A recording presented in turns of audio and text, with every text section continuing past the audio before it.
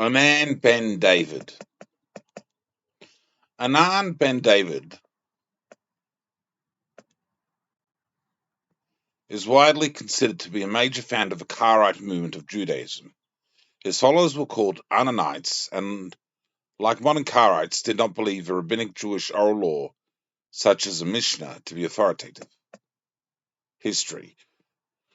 From the second third of the 7th century and until the middle of the 8th century, as a result of a tremendous intellectual commotion produced throughout the Western Asia by the swift early Muslim conquests of the Arabs and the collision of Islam with the older religions and cultures of the world, there arose a large number of religious sects, especially in Persia, Babylonia, Iraq, and Syria.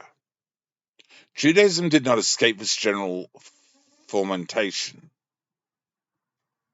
The remnants of Second Temple sects picked up new life and flickered once more before their final extinction, and new sects also arose. Anan, which means cloud, was never a very common name among Jews, but it is attested in the Bible. The original Anan was one of the Israelites who sealed the covenant after return from Babylon. Nehemiah 10:26. The reasons why this name was bestowed on the 7th century man are not known. Some polemical accounts supply Anan with a typical background story often used of heretics, namely that he was frustrated in a bid for power within the religious community, and as a result broke away to form his own sect. According to these accounts, when about the year 760, the Jewish exilarch in Babylon, probably Isaac Iscari, died, two brothers among his nearest kin, probably nephews of his, Anan and Josiah, Hassan, were next in order of succession to the exalted office. Eventually, Josiah was elected exilarch by the rabbis of the Babylonian Jewish colleges, the Geonim, and by the notables of the chief Jewish congregations, and the choice was confirmed by the Caliph of Baghdad. The story continues that Anan was proclaimed exilarch by his followers, an act constructed by the Muslim authorities as rebellion against the authority of the Caliph, who had formerly invested Josiah with the position. He was arrested by the authorities one Sunday in 767 and thrown into prison, to be executed on the ensuing Friday as guilty of high treason. Lucky for Anan, the story goes, he met in jail a prominent fellow prisoner, the founder of a Muslim school of the Hanafites, Abu Hanifa, al-Numan ibn Thabit. He gave Anan ben David advice which saved his life. He should set himself to expound all ambiguous precepts of the Torah in a fashion opposed to the traditional interpretation, and make this principle the foundation of a new religious sect. He must next get his partisans to secure the presence of the Caliph himself at the trial, his presence not being an unusual thing at the more important prosecutions. Anan was to declare that his religion was different from rabbinical Judaism, and that his followers entirely coincided with him in matters of religious doctrine, which was an easy matter for Anan to say, because the majority of them were opposed to the rabbis. Complying with this advice, Anan defended himself in the presence of the Caliph, Al-Mansur, 754-775, who granted his favor. The story so closely fits polemical cliches about the personal motives of heretics that it is open to grave doubt. Moreover, Leon Nimoy notes that National, scarcely 90 years after Anan's succession, tells us nothing about his aristocratic Davidic descent or about the contest for the office of exilarch, which allegedly served as the immediate cause of his apostasy. He later notes that Nathaniel, a devout rabbinical Jew, lived where Anan's activities took place, and that the Karaite sage, Yaakov al-Kakasani, never mentioned Anan's purported lineage or candidacy for exilarch. See Karaite Anthology, Yale Judaic, Series 7. Anan ben David's Sefer HaMitzvot, the Book of Precepts, was published about 770. He adopted many principles and opinions of other anti-rabbinic forms of Judaism that had previously existed. It has been suggested that he took much from the old Sadducees and Essenes, whose writings, or at least writings ascribed to them, were still in circulation. Thus, for example, these older sects prohibited the burning of any lights in the living one's dwelling of a Sabbath. They also enjoined the actual observation of the new moon for the appointment of festivals and the holding of the Pentecost festival always on a Sunday. Fundamental principles of Ananism. Abu Hanifa was accustomed in certain cases to take the words of the Quran not in the literal but in a symbolic sense. Anan adopted a similar method for the Hebrew text of the Bible. Illustrations of this method are not infrequently, indeed, afforded by the Talmud itself. Thus, he interpreted the prohibition of playing on the Sabbath, Exodus 34, verse 21, as applying to marital intercourse. The word brothers, ahim, Deuteronomy 25:5, in connection with a levirate marriage, interpreted as relatives, etc. Anand's method of interpretation, however, was distinct from its Muslim counterpart in that he primarily built upon analogy of expressions, similar to Muslim qiyas, words, the rabbinical gezerah, shava, and single letters. Some sources claim that Anan borrowed the belief in the transmigration of a soul, metempsychosis, from Muslim sectarians. This doctrine represented in Greek antiquity, especially by Empedocles and the Pythagoreans, had always been widespread in India. And even though it was found among some Muslim sects, such as the followers of Ibn al-Rawandi, it was also a central tenet of Manichaeism, which was enjoying something of a renaissance in the region at the time of Anan. He is said to have written a special work in its defense. Belief in transmigration is also found in Kabbalah. Ananism in practice. A number of Ben David's teachings differ from those of rabbinic Jews, and the majority of modern Karaites.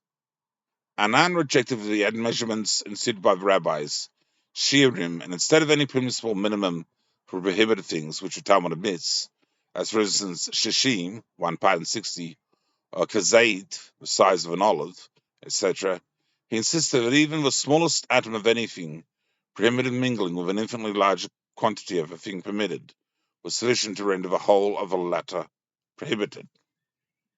In addition, he maintained that as long as Israel is in exile, the flesh of animals, with the exception of a deer, the pigeon, and the turtle dove, is forbidden from being eaten, although permitted animals may be eaten with dairy.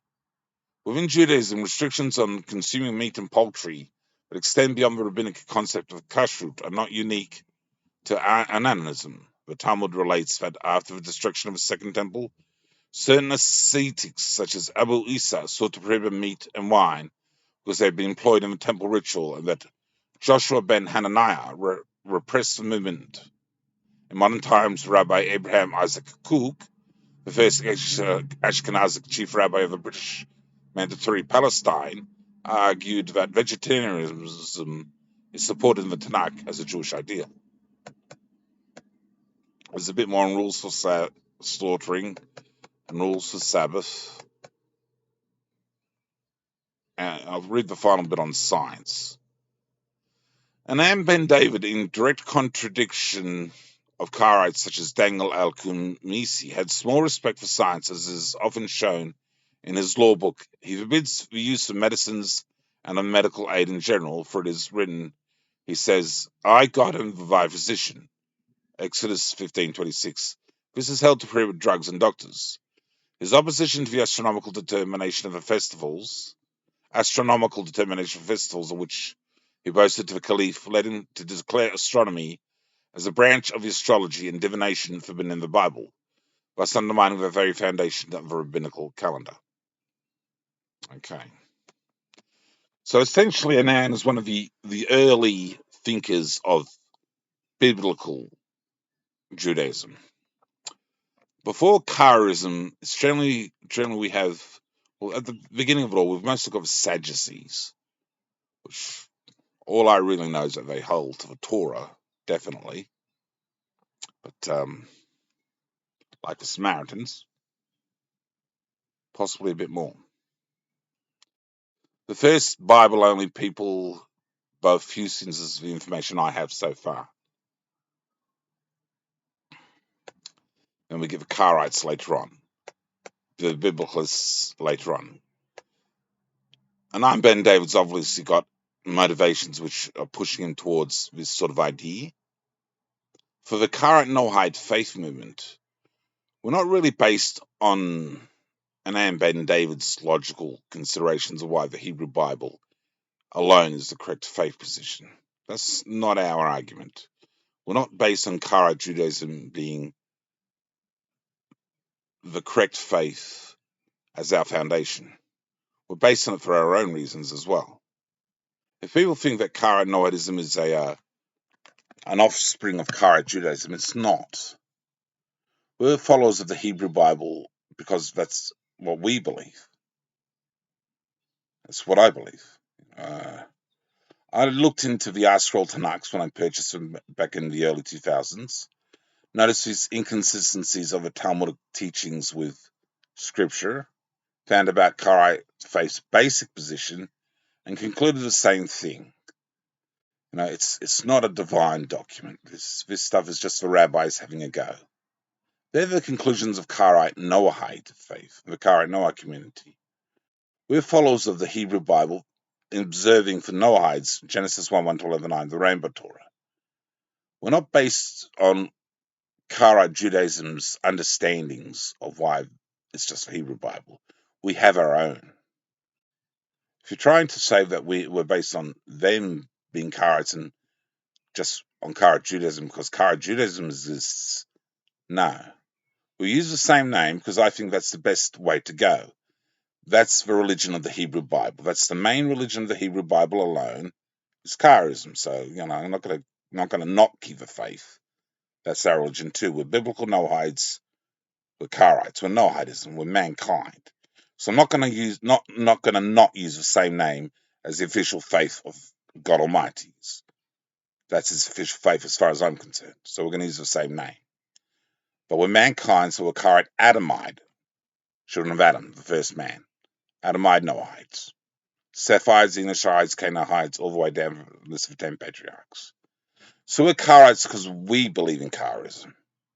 Not because there was a bunch of blokes in the Middle East and in Daly City, ironically, in America, and Ora Sadakim in America, and the Kara Imla in Turkey and so forth. We're Karaites because we believe in the Hebrew Bible as the book of faith and the Noahide covenant as our observance. We believe it ourselves. Doesn't matter if Anan Ben David believes it or not. That's what we believe as well.